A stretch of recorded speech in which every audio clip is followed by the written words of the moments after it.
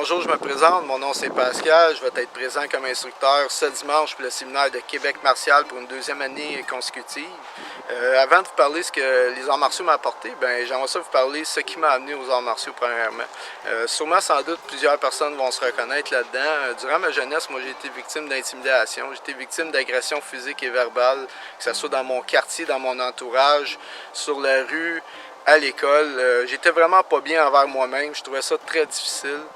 Les arts martiaux, premièrement, ça m'a apporté plusieurs amis. Justement, je trouve que c'est un bon endroit de se faire des amis parce que dans un dojo, le respect règne. Ce que ça m'a apporté, la confiance en soi. Hein? Ça m'a apporté justement le respect envers moi-même, puis de respecter les autres, mais aussi d'avoir un bon contrôle de soi face à ses émotions, sa colère, son agressivité. En même temps, les arts martiaux, moi j'ai fait plusieurs sports de combat aussi.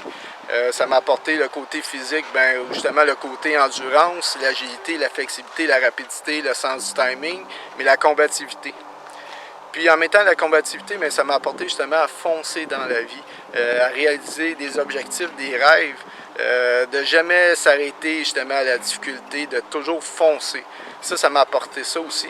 Puis en même temps, c'est sûr, ça m'a appris à me défendre en même temps. Les arts martiaux, c'est toute ma vie pour moi, après ma famille.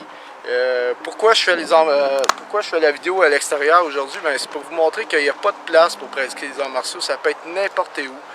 Souvent, j'entends les gens me dire qu'ils n'ont pas le temps, qu'ils n'ont pas l'endroit nécessaire pour pratiquer les arts martiaux, mais moi, je ne crois pas à ça. Je crois qu'on peut pratiquer dans sa cuisine, dans le passage, dans la douche, dans la voiture, n'importe où. Il y a toujours un endroit, dont à l'extérieur.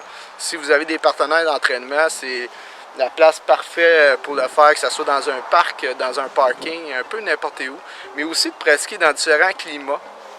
Pourquoi? C'est parce que quand on se fait agresser dans la rue, c'est toujours à l'improviste, on n'est jamais prêt. C'est rarement dans le dojo.